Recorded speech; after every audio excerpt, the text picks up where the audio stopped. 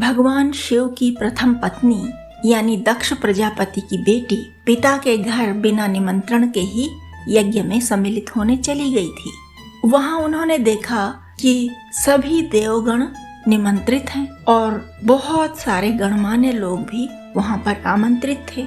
यह सब देखकर उन्हें बहुत क्रोध आया और दुख से उनका मन भर गया। यह क्रोध और दुख इसलिए था कि केवल शिवजी को ही वहां निमंत्रण नहीं दिया गया था।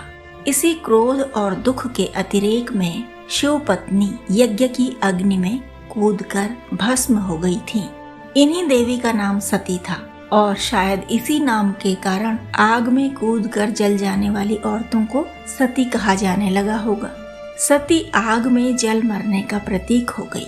शाब्दिक अर्थ देखें तो सत्य पर स्थिर है जो, वही सती है।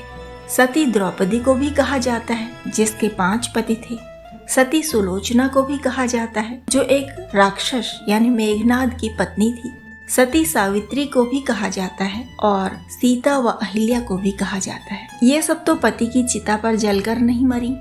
इन सब में एक ही समानता रही कि वे हर हाल में, हर परिस्थिति में सत्य पर अडिग रहीं, सत्य से जरा सा भी टली नहीं। तो फिर क्या कारण है कि आज सती एक शर्मनाक शब्द सा हो गया है, एक सामाजिक कलंक जैसा लगता है। हम जीवन को बना नहीं सकते बंधु, निर्मित नहीं कर सकते, इसलिए उसे नष्ट करने का, समाप्त कर देने का हमें कोई अधिकार ही नहीं है। पर आत्महत्याएं तो पहले भी होती रही हैं और आज भी हो रही हैं। कितने ही आडंबरों के बीच क्यों न हो, पर आत्महत्या अपराध ही है।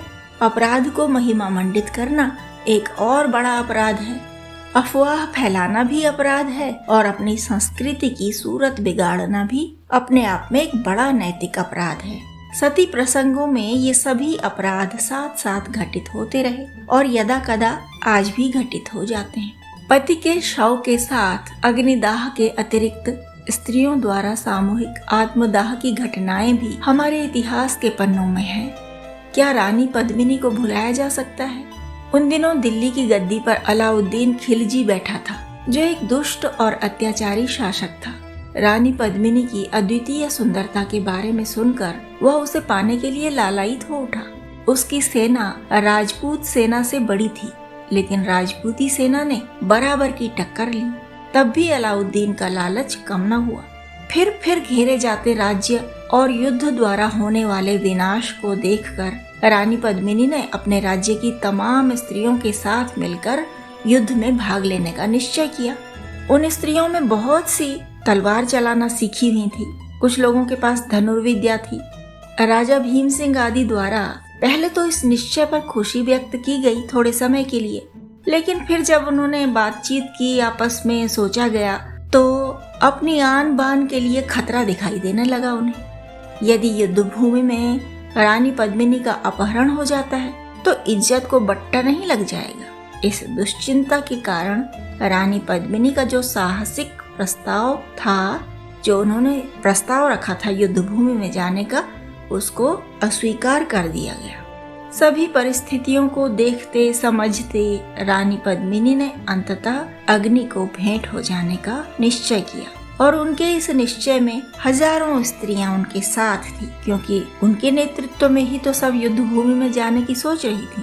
और जब युद्ध भूमि नहीं तो फिर एक पराजित और अपमानित जीवन जीने के लिए वे तैयार नहीं थी। उससे बेहतर लगा उन्हें अग्नि में कूद जाना। रानी पद्मिनी के साथ उनकी अप्रतिम सुंदरता, योग्यता, युद्ध कौशल और बुद्धिमत्ता ही नहीं, बड़ी संख्या में राजपूती मातृशक्ति भी जलकर भस्म हो गई।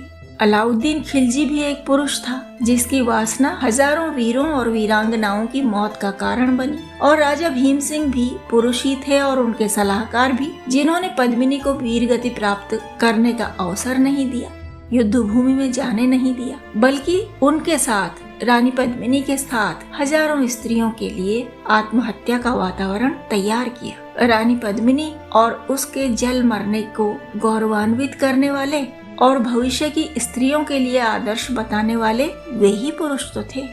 पिछले दशक में कुट्टूबाई, चरण शाह नाम की महिलाएं भी पति की चिता पर जीवित ही जल मरी।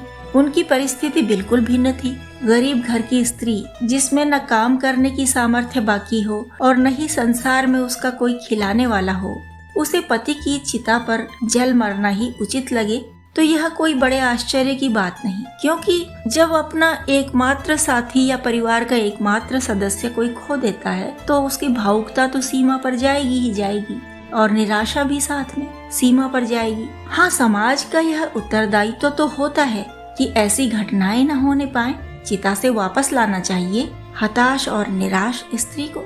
आत्महत्या किसी भी तरह से की जाए वह आध्यात्मिक, नैतिक और संवैधानिक दृष्टि से अपराध ही है। अशिक्षित और क्रूर समाज ने महिमा मंडन का अवसर बनाया ऐसी आत्महत्याओं को। अब हम एक जागरूक समाज हैं तो भविष्य में कोई ऐसी घटना नहीं होनी चाहिए।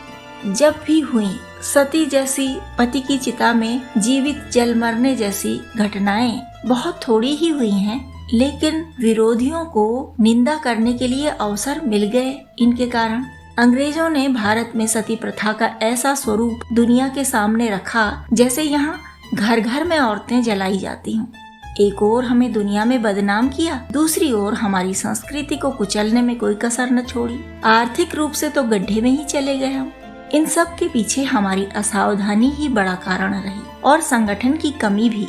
तो हमें सदैव जागरूक रहना होगा, सावधान रहना होगा और संगठित रहना होगा। अपनी संस्कृति के लिए इतना तो करना ही चाहिए। तो बंधु, जागने जगाने की बातें हम आगे भी करते ही रहेंगे। आप बने रहिए हमारे साथ, लाइक करके, कमेंट करके हमें अपनी राय बताते रहिए। और अभी तक यदि सब्सक्राइब न किया हो हमारा चैनल तो कृपया तुरंत सब्सक्राइब कर दीजिए। हमारे साथ बने रहिए। यही तो हमारे बीच स्नेह का सेतु है ना बंधु।